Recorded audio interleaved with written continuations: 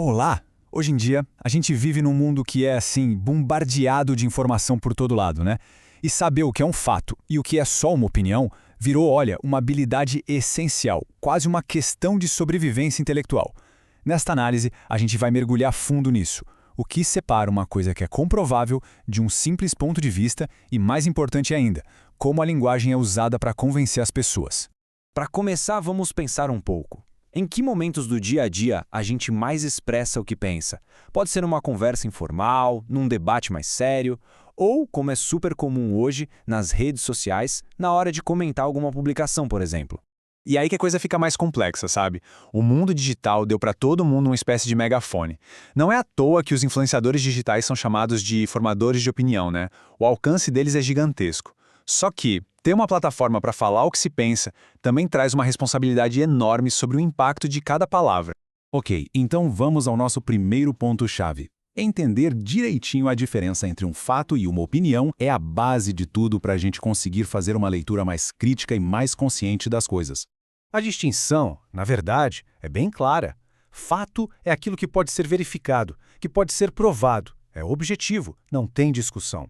Já a opinião é um ponto de vista, é um julgamento pessoal. O mais interessante aqui é que uma opinião pode ser mais forte ou mais fraca, ter mais credibilidade ou menos, dependendo se ela se baseia em fatos ou só em crenças pessoais mesmo. Que tal um teste rápido para a gente fixar essa ideia? Eu vou mostrar algumas frases e a gente tenta classificar se é fato ou opinião. Vamos lá? E aí, fato ou opinião? Bem, isso aqui é um fato. A gente pode simplesmente checar a legislação brasileira e confirmar essa informação. Não tem muito espaço para debate aqui. É o que a lei diz. E essa frase, de novo, um fato. É uma afirmação que tem como base, olha, uma montanha de estudos científicos e dados de saúde pública do mundo inteiro. É comprovável. Ah, agora a coisa mudou, né? Isso é uma opinião. Palavras como necessário e rigidamente entregam que é um ponto de vista, um julgamento de valor sobre o que alguém acha que deveria ser feito. E para fechar o nosso teste, essa aqui. Claramente uma opinião. O próprio conceito do que é arte é muito subjetivo. E essa frase é só uma crença pessoal sobre o que entra ou não nessa categoria. Não existe um estudo ou observação que prove isso como uma verdade universal, certo? Beleza. Agora que a diferença entre fato e opinião está mais clara, vamos ver como isso funciona na prática. E para isso, a gente vai analisar um tipo de texto que foi feito exatamente para defender um ponto de vista, o artigo de opinião. O artigo de opinião tem umas características bem específicas. É um texto jornalístico que fala de temas atuais e que muitas vezes são polêmicos. O objetivo do autor, que a gente chama de articulista, é defender uma tese e convencer quem está lendo. E um ponto crucial, ele é sempre assinado. Isso mostra que aquela é a visão do autor e não necessariamente a do jornal ou da revista onde foi publicado. Para nossa análise, vamos pegar como exemplo esse artigo da Januária Cristina Alves. Olha, o título já entrega de cara a tese, a opinião principal dela. Ela defende que o melhor caminho é regular o uso de tecnologias na escola e não simplesmente proibir tudo. Certo, mas como um autor constrói esse poder de convencimento? Além de usar fatos, existem umas ferramentas na própria linguagem que entregam o posicionamento dele e que ajudam a persuadir. Vamos dar uma olhada nisso mais de perto.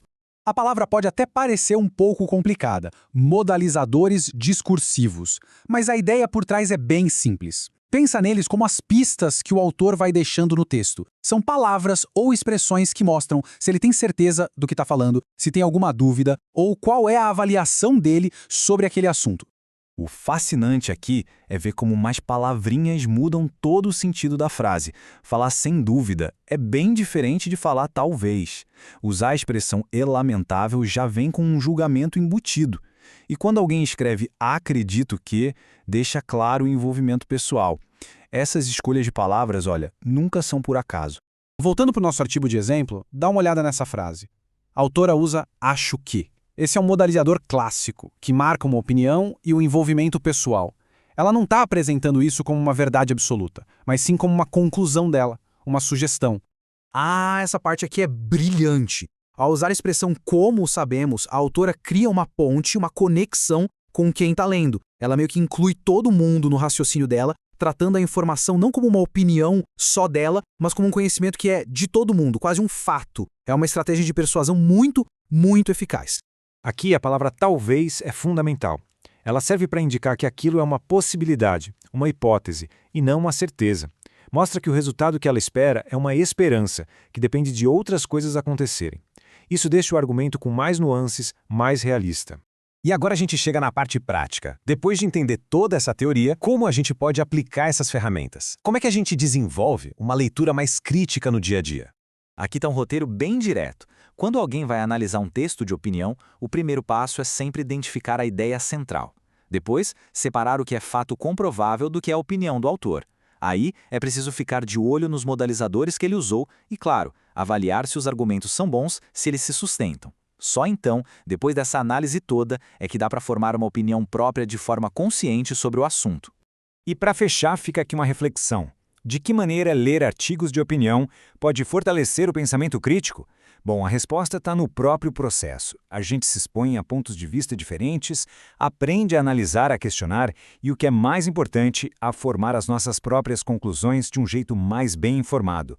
É um exercício contínuo, sabe? De cidadania e de desenvolvimento intelectual.